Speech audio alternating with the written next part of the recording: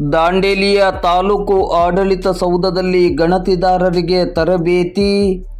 April 1ರಿಂದ ಜನಗಣತಿ ಕಾರ್ಯ ಆರಂಭವಾಗಲಿರುವ ಹಿನ್ನೆಲೆಯಲ್ಲಿ ಗಣತಿದಾರರಾಗಿ ಆಯ್ಕೆ ಮಾಡಲಾದ ದಾಂಡೇಲಿ ತಾಲೂಕಿನ ಪ್ರಾಥಮಿಕ ಮತ್ತು ಪ್ರೌಢಶಾಲಾ ಶಿಕ್ಷಕರಿಗೆ ದಾಂಡೇಲಿಯ ಅಂಬೇವಾಡಿಯಲ್ಲಿರುವ ತಾಲೂಕು ಆಡಳಿತ ಸೌಧದಲ್ಲಿ ತರಬೇತಿ ಕಾರ್ಯಕ್ರಮವನ್ನು ಹಮ್ಮಿಕೊಳ್ಳಲಾಗಿದೆ.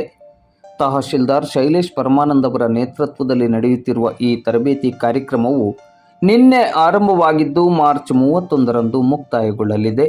2ನೇ ದಿನದ ತರಬೇತಿ ಕಾರ್ಯಕ್ರಮವು ಇಂದು ಸೋಮವಾರ ಸಂಜೆ 5 ಗಂಟೆ ಸುಮಾರಿಗೆ ಸಂಪನ್ನಗೊಂಡಿತು.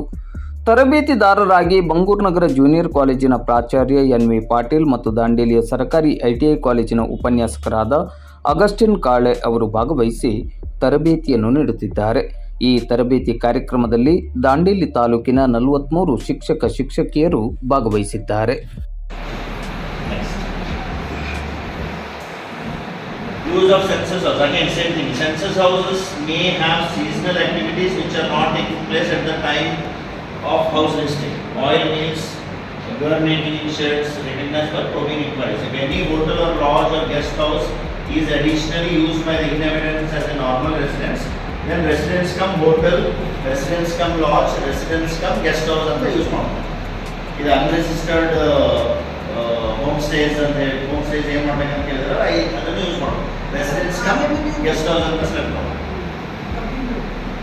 R residence cum guest house ಅಂತ ಯೂಸ್ ಮಾಡೋದು. ರಿಜಿಸ್ಟರ್ಡ್ ಇದ್ರೆ ಅದು ಇನ್ಸ್ಟಿಟ್ಯೂಷನ್ ಆಗುತ್ತೆ.